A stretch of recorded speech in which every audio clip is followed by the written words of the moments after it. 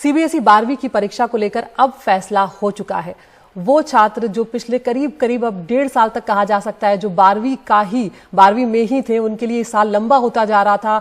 ये जो असमंजस है उनके लिए बढ़ता चला जा रहा था, कंफ्यूजन उनके लिए लगातार बना हुआ था और उनके परिवारजन भी परेशान थे कि आखिर क्या होने जा रहा है। कल प्रधानमंत्री के साथ जो अहम बैठक हुई है उसके बाद फैसला ले लिया गया है। अब 12वीं की परीक्षाएं जो है रद्द कर दी गई हैं। बैठक में प्रधानमंत्री ने कहा है कि छात्रों की सुरक्षा सबसे अहम है, उन्हें परीक्षा देने के लिए मजबूर नहीं किया जा सकता। इस बीच खबर यह भी आई कि आईसीएसई बोर्ड ने भी 12वीं की परीक्षाएं रद्द कर दी है। सरकार ने पहले ही कहा था कि इस पर 1 जून को फैसला लिया जाएगा। सुप्रीम कोर्ट में 3 जून को इस पर जवाब भी देना है। लेकिन यहाँ पर बड़े सवाल भी अब खड़े हुए हैं। अब आगे छात्रों के लिए मूल्यांकन की प्रक्रिया क्या होगी, ये एक बहुत बड़ा सवाल है। दूसरा सवाल यहाँ पर यह भी उठेगा कि जो बाकी राज्य हैं, तमाम राज्यों में उनके जो अपने बोर्ड के एग्जाम्स होते हैं, उनके अगर एग्जाम हुए तब तुलना कैसे की जाएगी, ये जो असेसमेंट है वो कैसे किया जाएगा। और तीसरा सवाल यह है कि प्रतियोगी जो परीक्षाएं होंगी उसमें बैठने की योग्यता कैसे मापी जाएगी। तो इस मुद्दे पर चर्चा करने के लिए हमारे साथ खास मेहमान आज जुड़ रहे हैं, हमारे साथ छात्र जुड़ रहे हैं। उनसे जानेंगे हम कि क्या कुछ वो महसूस कर रहे हैं इस वक्त। दृष्टि सिसोदिया हैं हमारे साथ, छात्रा हैं सेठ आनंद राम जयपुरिया स्कूल वसुंधरा गाजियाबाद से। अनोहिता चौधरी हैं, छात्रा हैं निर्मल भारतीय स्कूल द्वारका से। और वैष्णवी शिवानी है, छात्रा हैं हेरिटेज एक्सपीरियंशियल लर्निंग स्कूल से। तो आप तीनों का बहुत बहुत स्वागत है। दृष्टि, सबसे पहले मैं आप ही के पास आना चाहूंगी। कल जो फैसला हुआ है उसके बाद क्या राहत की सांस ली है, क्या महसूस हुआ है? जी, मेरा मानना है कि ये प्रोसेस काफी डिले हो रहा था। एक फिक्स डिसीजन नहीं था, बोर्ड्स होंगे नहीं होंगे, इसको लेकर बच्चों में एक मानसिक तनाव था। पर अब क्योंकि प्रधानमंत्री जी ने बच्चों की सेहत को ध्यान में रखते हुए सीबीएसई कक्षा 12वीं की परीक्षाएं रद्द करने का फैसला लिया है, तो अब हमें क्लैरिटी मिल गई है। अब हमारे सामने क्लियर पिक्चर है। तो मेरे हिसाब से ये अच्छा डिसीजन है। पर इसी फैसले के साथ साथ हमारे सामने कई बड़े सवाल खड़े होते हैं। पहला सवाल कि सीबीएसई अब क्या मूल्यांकन के आधार पे रिजल्ट जारी करेगी? क्या वो जैसा हम सुन रहे हैं 9वीं, 10वीं और 11वीं के आधार पर रिजल्ट जारी करेगी, या 12वीं कक्षा में हमने अब तक जो भी परीक्षाएं दी हैं, इंटरनल्स हो, प्री बोर्ड्स हो या प्रैक्टिकल्स हो, उनके बेसिस पे रिजल्ट जारी करेगी? दूसरा सवाल मेरा ये कि क्या सभी राज्य सीबीएसई की तरह परीक्षाएं रद्द करेंगे और क्या एक ही असेसमेंट क्राइटेरिया फॉलो होगा ताकि एक यूनिफॉर्मिटी रहे? और तीसरा सवाल, क्या यूनिवर्सिटीज और कॉलेजेस भी इसी असेसमेंट क्राइटेरिया के बेसिस पे एडमिशंस लेंगे? और यदि कुछ यूनिवर्सिटीज और कॉलेजेस अपने एंट्रेंस टेस्ट आयोजित करवाते हैं तो वो कैसे होंगे, ऑफलाइन या ऑनलाइन? यदि वह ऑफलाइन करवाने का विचार करते हैं तो फिर से कोविड हमारे सामने खतरा बनकर एक चुनौती बन जाएगा। बिल्कुल। अनोहिता, यहाँ पर आपके पास मैं आना चाहूंगी। यहाँ पर दृष्टि ने एक बात रखी कि काफी डिले हो गया। हमने अप्रैल और मई में ही देखा था कि जो कोरोना के मामले हैं वो बहुत तेजी से बढ़ रहे थे, लगातार स्थिति बहुत खराब होती जा रही थी। तो आपको लगता है कि अगर तभी ये फैसला ले लिया जाता तो अब तक शायद अब जो सवाल खड़े हुए हैं उनके भी जवाब मिल जाते कि असेसमेंट कैसे करना है, एडमिशंस आगे कैसे होंगे, जिनको फर्दर स्टडीज के लिए अगर विदेशों में जाना था वो क्या कर सकते थे, ये फैसले भी शायद अब तक ले लिए जाते। तो आपको लगता है कि यहाँ पर शायद बेवजह बहुत ज्यादा देरी हो गई? नमस्ते जी, बिल्कुल। आई थिंक मुझे ये लगता है कि इस मामले में डिसीजन थोड़ा डिले हो गया क्योंकि पहले ही हालात बहुत खराब थे और ये शायद हम जान ही चुके थे कि बहुत जल्द ये हालात जो है नहीं सुधरेंगे। तो इसीलिए इस मामले में शायद अगर पहले ही डिसीजन लेके हमें भी एक क्लैरिटी मिल जाती तो हमारे लिए भी बहुत बेहतर होता। पर अब जाकर जो कल निर्णय लिया गया है उससे लग रहा है कि अब बहुत समय बाद हम सही मायने में जो है तनाव मुक्त हो पाए हैं। बहुत समय से बहुत अनसर्टनिटी चल रही थी कि हम शायद यहाँ से तो ग्रेजुएट हो गए हैं पर आगे क्या होगा क्या नहीं होगा। तो उस रूप से अब हम निश्चिंत है कि हम अपने आप को सुरक्षित रख पाएंगे, क्योंकि अगर परीक्षाएं होती तो कहाँ हम जाते और किस प्रकार से मतलब हमारी ओर से सुरक्षा पर एक बहुत बड़ा प्रश्न चिन्ह था कि हम कितनी दूर तक अपने आप को पूर्ण रूप से सुरक्षित रख पाएंगे। तो उस रूप से अब हम सब बहुत आश्वस्त हो चुके हैं। और यही बात हमारी जो मार्किंग की है वो जो मूल्यांकन के आधार है अब हमारे इंटरनल असेसमेंट के जरिए होगी या जो भी हो। मैं यही आशा करती हूँ कि जो हमारे अध्यापक और अध्यापिकाएं होंगी वो केवल हमारे परफॉर्मेंस के अलावा भी जो हर एक बच्चे के सामर्थ्य हैं और जो उनकी काबिलियत है उसको मद्देनजर रखते हुए ही हमें बहुत ध्यानपूर्वक रूप से अंकित किया जाएगा। और मुझे विश्वास है कि ऐसा ही होगा, क्योंकि जो हमारे शिक्षक हैं उनसे बेहतर हमें कोई जानता नहीं है। और ये बहुत असामान्य वर्ष रहा है, बहुत असामान्य स्थिति रही है। तो इस समय में जो ये निर्णय है ये हमारे लिए एक बहुत बड़ा आशीर्वाद बनकर आया है कि अब हम सुरक्षित। अनोहिता, आपकी बातों से कहीं ना कहीं लग रहा है कि कल रात को शायद थोड़ी अच्छी, बहुत लंबे वक्त के बाद सुकून भरी नींद ली है आपने। बिल्कुल बिल्कुल, बहुत सुकून भरी नींद ली है, क्योंकि अब ऐसा लग रहा है कि धीरे धीरे जो दरवाजे हमारे लिए बंद थे अब वो खुलते जा रहे हैं। तो जो बहुत समय से अब स्थगित थे, तो अब धीरे धीरे शायद हम नॉर्मल रूटीन में वापस आ पाए सुरक्षित रूप से, यही आशा करते हैं। बिल्कुल। वैष्णवी शिवानी, आपके पास आना चाहूंगी। आप बताइए कैसा रहा कल का अनुभव? परिवार वाले क्या कह रहे थे जब ये फैसला हुआ कि अब 12वीं की परीक्षाएं फाइनली नहीं होने जा रही हैं? सबसे पहले तो आई थिंक सब बहुत खुश थे, क्योंकि फाइनली एक डिसीजन आया था, थोड़ी क्लैरिटी आई थी कि अब फ्यूचर कैसा दिखेगा, क्योंकि अभी तक कोई क्लैरिटी नहीं थी हमारे पास, ना ही पेरेंट्स के पास ना ही बच्चों के पास। अब जाके थोड़ी क्लैरिटी आई है कि हम आगे कैसे प्रोसीड करेंगे।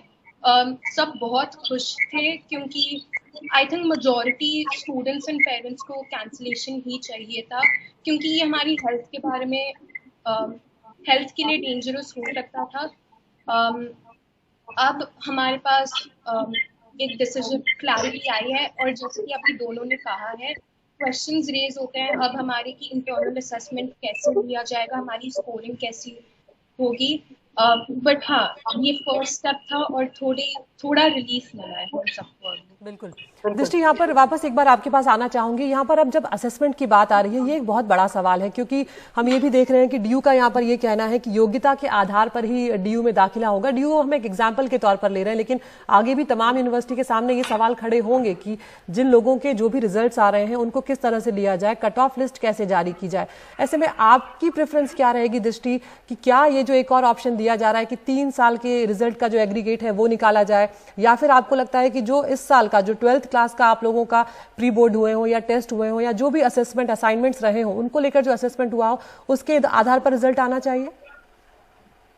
जी, मेरा ऐसा मानना है कि जैसा हम सुन रहे हैं कि 9वीं 10वीं और 11वीं के आधार पर रिजल्ट जारी हो सकता है, तो मेरे हिसाब से वो ठीक है। या फिर 12th में जो हमने अभी तक परीक्षाएं दी हैं उनके बेसिस पे भी हम रिजल्ट जारी करने के बारे में विचार कर सकते हैं। तो मेरे हिसाब से सीबीएसई जो भी डिसीजन ले वो बच्चों की हित में ले। पर बड़ा सवाल ये होता है कि क्या सभी राज्य सीबीएसई की तरह परीक्षाएं रद्द करेंगे और क्या एक ही इवैल्यूएशन क्राइटेरिया अपनाया जाएगा?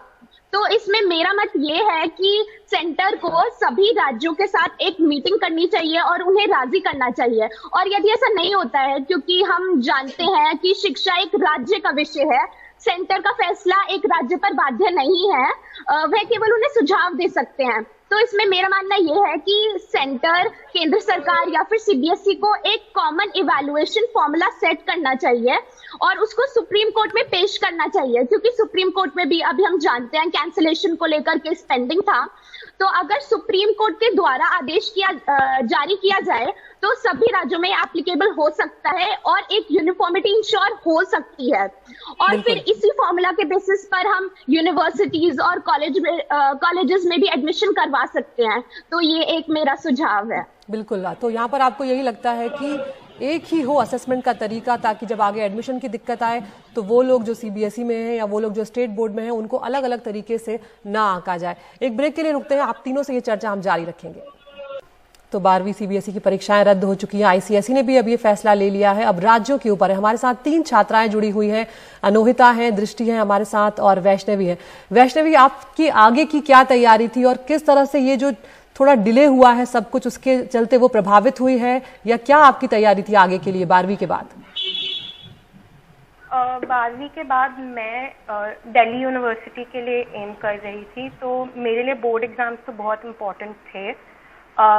अब बिकॉज इतने दिनों से हमें पता नहीं था कि बोर्ड्स होंगे या नहीं होंगे, तो कहीं पे बीच में हमारी पढ़ाई में भी अफेक्ट हो गया था, क्योंकि पता नहीं चल रहा था कि हमें पढ़ना चाहिए नहीं पढ़ना चाहिए, एग्जाम्स कब होंगे। पर अब हमें पता चल गया कि एग्जाम्स नहीं होंगे, कि तो अब क्वेश्चन यही है कि दिल्ली यूनिवर्सिटी और बाकी।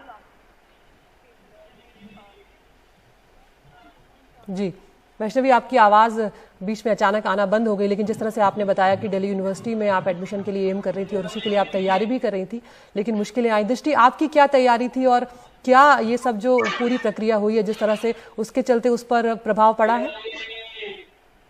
जी, मैं IIM के लिए तैयारी कर रही थी, इंटीग्रेटेड प्रोग्राम एंड मैनेजमेंट होता है, उसके लिए तैयारी कर रही थी। तो अभी उस पर भी एक प्रश्न चिन्ह है कि एंट्रेंस कैसे होगा, ऑफलाइन या ऑनलाइन। और दूसरा मेरा एम दिल्ली यूनिवर्सिटी ही था, तो अभी फिर से एक बड़ा सवाल है कि मूल्यांकन का आधार क्या होगा। बिल्कुल। अनोहिता, आपसे भी जानना चाहूंगी, आपकी आगे की क्या प्लानिंग थी? तो मेरी 12वीं के बाद की प्लानिंग थी कि मैं डिज़ाइन को लेकर पढ़ूंगी, और मैं बहुत शुक्रगुजार हूँ कि जो हमारे जो एंट्रेंस एग्जाम्स थे वो फरवरी मार्च के उस दौरान हो गए थे, जब थोड़े केसेस कम हुए थे, तो तब उचित रूप से जो परीक्षाएं थी वो हो गई थी। तब केसेस भी कम थे, हमारी सुरक्षा का भी ध्यान रखा गया था, जो सेंटर्स हमें मिले थे। पर बोर्ड जो एग्जाम्स होते हैं वो बहुत इंपॉर्टेंट होते ही हैं, तो उसके मार्क्स भी मेरे लिए इंपॉर्टेंट थे। तो ऐसा तो था नहीं कि सिर्फ एंट्रेंस के लिए मैं पढ़ रही हूँ और बोर्ड के लिए नहीं पढ़ रही हूँ, तो हमेशा से बोर्ड तो साथ ही रहा था, तो इसकी भी पढ़ाई जारी ही थी। तो हमेशा हम आगे ही देख रहे थे कि कब बोर्ड एग्जाम्स होंगे, जो इतने दिनों से हम पढ़ते आए हैं, किस प्रकार से हम परीक्षाएं देंगे। तो मेरा पहला एम बोर्ड नहीं था, पर हमेशा मेरा दूसरा एम तो दिल्ली यूनिवर्सिटी और बोर्ड ही रहा है।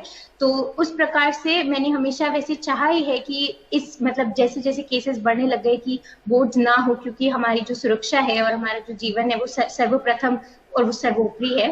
तो उस प्रकार से अब आगे क्या होगा, एंट्रेंस के रिजल्ट्स भी अभी तक नहीं आए हैं, तो वो देखते हैं धीरे धीरे। अब जब सब कुछ धीरे धीरे नॉर्मल हो रहा है तो आशा करते हैं कि सब ठीक हो जाए और हमें भी और ज्यादा क्लैरिटी मिले। बिल्कुल। तो दृष्टि, यहाँ पर अब जो नए एंट्रेंस एग्जाम्स होंगे, या फिर अगर मान लीजिए स्टेट बोर्ड अगर ये फैसला ले कि वो भी रद्द कर देते हैं, तब तो ठीक है कि सबका जो असेसमेंट है वो एक ही तरीके का होगा। लेकिन अगर ऐसा नहीं होता है तो क्या आपको लगता है कि कहीं कुछ छात्रों का भविष्य जरूर उससे प्रभावित होगा? खासकर रिजल्ट जो है 12वीं का वो बहुत मायने रखता है, कई बार हमको एडमिशन के लिए सबसे ज्यादा उसी की जरूरत पड़ती है।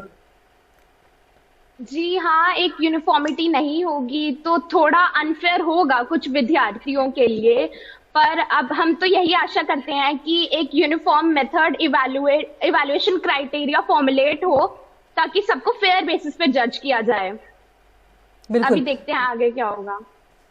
बिल्कुल। वैष्णवी, आपकी बात उस वक्त पूरी नहीं हो पाई थी, आप भी अपनी बात पूरी कर लें। नहीं, मेरा भी सिमिलर ही था कि अब हमें क्राइटेरिया वेट करना है, किस बेसिस पे वो हमें देते हैं, उसके लिए वेट करना है क्या वो यूनिफॉर्म होगा या नहीं होगा, और क्या वो फेयर होगा या नहीं होगा। क्योंकि बहुत बच्चों ने पूरे साल एम से एग्जाम दिए थे, तो एंड में 12th का एग्जाम दे पाए थे, जी। साल का परफॉर्मेंस अच्छा हो। आवाज आपकी अभी भी वैष्णवी बहुत अच्छे से हम तक नहीं पहुंची है, लेकिन अब यही है कि जो प्रतियोगी परीक्षाएं होंगी, जैसा कि दृष्टि ने कहा कि वो IIM के लिए जाना चाहती थी, तो उनकी परीक्षाओं में जो योग्यता का जो मापदंड होगा वो क्या होने जा रहा है, ये भी अभी बहुत बड़ा सवाल होगा। तो आने वाले दिनों में उम्मीद करते हैं कि इन कुछ जो ज़रूरी सवाल हैं उनके जवाब जल्द से जल्द मिल जाएं, क्योंकि अब वक्त बहुत ज़्यादा नहीं है और काफ़ी वक्त जो है वो इस फैसले को लेने में ही बर्बाद हो गया है। आप तीनों का हमसे जुड़ने के लिए बहुत बहुत शुक्रिया, वैष्णवी, दृष्टि और अनोहिता। लेकिन आपसे मैं यही कहना चाहूँगी कि सबसे ज़्यादा जो ज़रूरत थी इस वक्त वो थी आपकी सुरक्षा की, और उसी को देखते हुए वो बड़ा फैसला लिया गया जो ज़्यादा अहम था। ये ज़रूर बात है कि आप लोग अपने दोस्तों से नहीं मिल पा रहे हैं।